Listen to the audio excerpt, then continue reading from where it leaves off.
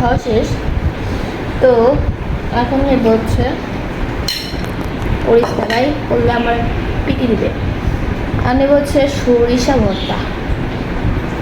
সরিষা ভর্তা বেশি করে খাও। আমার ঠান্ডা লাগছে এই জন্য, তাই না? আর সরিষা ভর্তা দিয়ে মাথায় খাবো। কিন্তু সরিষা ভর্তা খাইতে গেলে না নাকে টাকে জ্বলে যায়, তাতে নাকেও ছেড়ে যায়। একটু কাজ করে মানে এই সরিষা ভর্তা লেগে আমার খাইতে ইচ্ছা করে না। সরিষা ভর্তা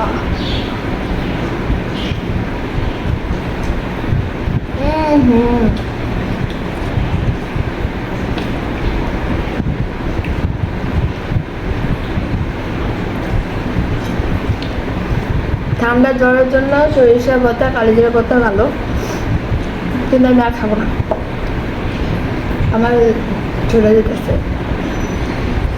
তারপর আরেকটা ভর্তা খাবো, যাইতেছি।